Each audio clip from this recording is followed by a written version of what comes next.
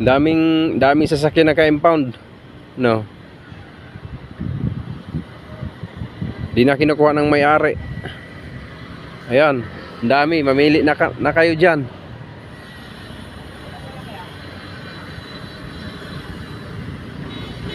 Oh, may mga bagong modelo ng mga sasakyan.